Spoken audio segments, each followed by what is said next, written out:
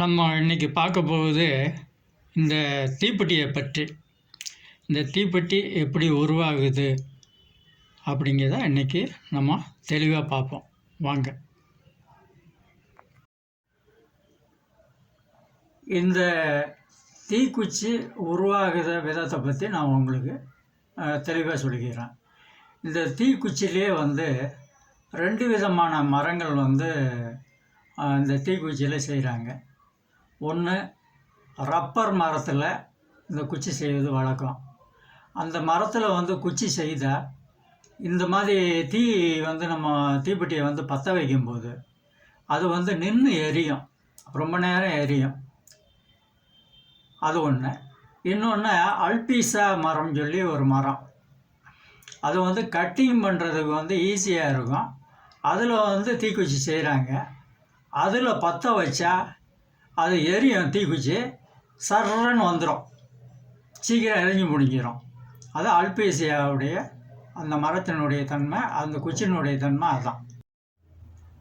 இப்போ இந்த தீப்பெட்டியை செய்வதற்கு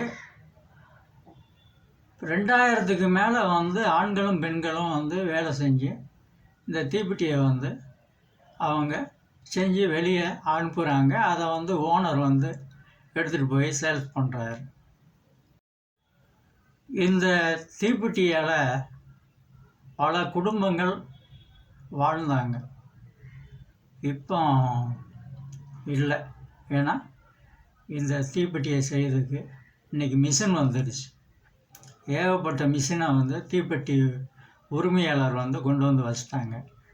இப்போ எல்லாமே சுவிட்சியை போட்டால் கரண்ட்டில் அது வாட்டில் இந்த மருந்து குச்சியை செஞ்சு அது வாட்டில் போட்டுறது. அதை ஒரு மிஷினில் போட்டால் அதை அடைச்சி அது வேறு ஒரு இடத்துக்கு தள்ளிடுது. அதை பேக் பண்ணி நம்மளுக்கு விற்கிறதுக்காக கொண்டு வந்துட்டுருக்காங்க. இப்போ மிஷின், தீக்குச்சி செய்கிற மிஷின் வந்ததுனால ஆட்களை எல்லாத்தையுமே கழிச்சிட்டாங்க. நீங்கள் போங்க அப்படின்னு சொல்லி ரூபாய் கொடுத்து அனுப்பிச்சாங்க. இப்போ தீப்பெட்டி தொழில் மிஷினில் தான் செஞ்சுக்கிட்டு இருக்காங்க. ஆளுங்க செய்யலை. அதுலேயும் ஒரு விஷயம் இருக்குது. இந்த தீக்குச்சி செய்யுது இப்போ மிஷின் செய்யுது அப்படின்னா, மெழுகு குச்சி இருக்குது பார்த்தீங்களா, அந்த குச்சியில் மட்டும்தான் அந்த மிஷின் செஞ்சு போட்டுருக்கு. காலப்போக்கில் இந்த தீப்பெட்டியும் இப்போ நம்ம மறந்து வந்துக்கிட்டு இருக்கோம். இப்போ சிகரெட் லைட்டர்லாம் வந்துடுச்சு. அதை இப்போ ரொம்ப பேர் வாங்கி அவங்க வீட்டில் சீரட்டை பற்ற வச்சு குடிச்சிட்டு போயிடுறாங்க.